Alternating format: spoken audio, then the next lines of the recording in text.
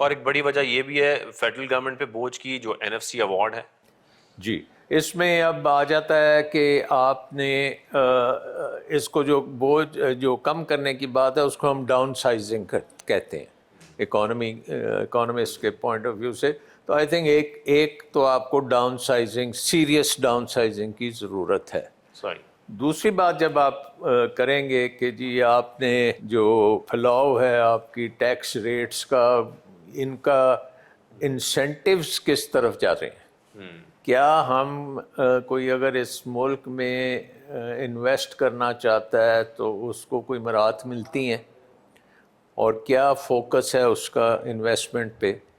تو ہمارے ملک میں جو سسٹم ہے اس میں ہم ایک پروٹیکشن کا نظام ہم نے بنایا ہوا ہے.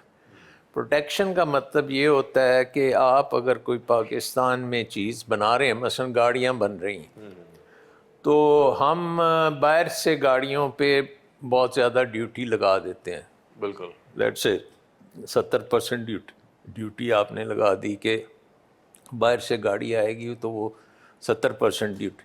اس کا مطلب ہے کہ آپ کا جو مینوفیکچرر ہے وہ اپنی قیمت 70% اوپر کر سکتا ہے عالمی سطح سے. تو اگر وہ 70% زیادہ ایکسپینسو ہوگی گاڑی انٹرنیشنل لیول سے تو پہلی بات ہے کہ وہ ایکسپورٹ نہیں کر سکے گا کیونکہ وہ بہت مہنگی ہے.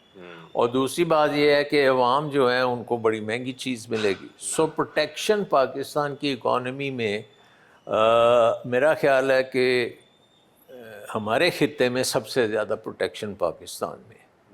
اگر آپ بسکٹ دیکھ لیں کوکا کولا دیکھ لیں کوئی چیز بھی دیکھ لیں اس کے اوپر آپ کو بے شمار پروٹیکشن ملے گی. آپ پنکھا دیکھ لیں پنکھے کے اوپر پروٹیکشن ہوگی.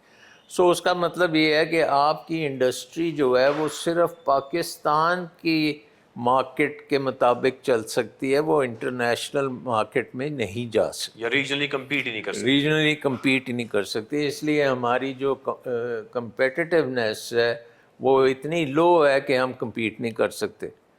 دوسری بات پھر آ جاتی ہے کہ ہماری بجلی بہت مہنگی ہے, سب سے مہنگی بجلی خطے میں ہمارے پاس ہے.